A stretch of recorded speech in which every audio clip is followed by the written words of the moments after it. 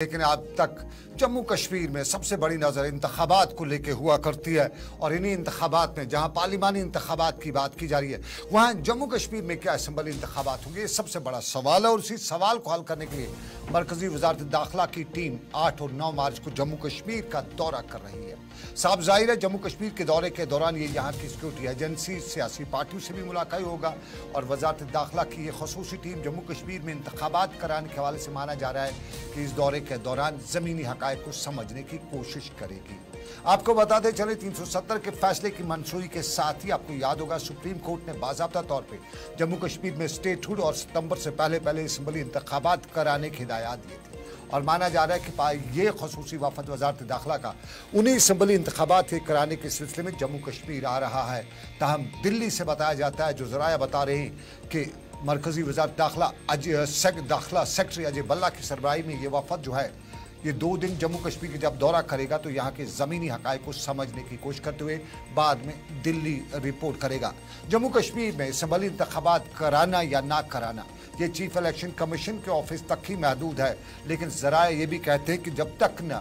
वजारत दाखिला से NOC हो या वहाँ से गो थ्रो का नॉड मिले तब तक ये इंतखाबात नहीं हो सकते। इलेक्शन कमीशन इंतखाबात के हवाले से कोई फैसला नहीं कर सकता है। ज़रा ये भी कहते हैं कि जम्मू कश्मीर से लेकर मुल्क में जो पार्लिमानी इंतखाबात हैं उसके साथ साथ जम्मू कश्मीर में अगर असम्बली इंतखाबात भी एक साथ कराए जाएँ तो करीबन 200 के करीब नीम फौजी दस्तों की इजाफी कंपनियाँ दरकार हो सकती हैं, क्योंकि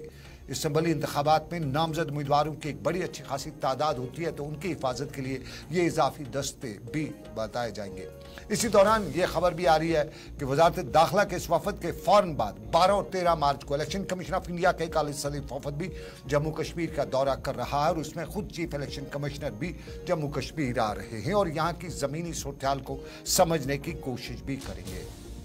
ये भी बताया जाता है कि ये वफद जब वापस दिल्ली जाएगा तो उसके बाद ही जम्मू कश्मीर के हवाले से ये हतमी फैसला लिया जाएगा कि क्या असम्बली इंतखाबात कराए जा सकते हैं या नहीं।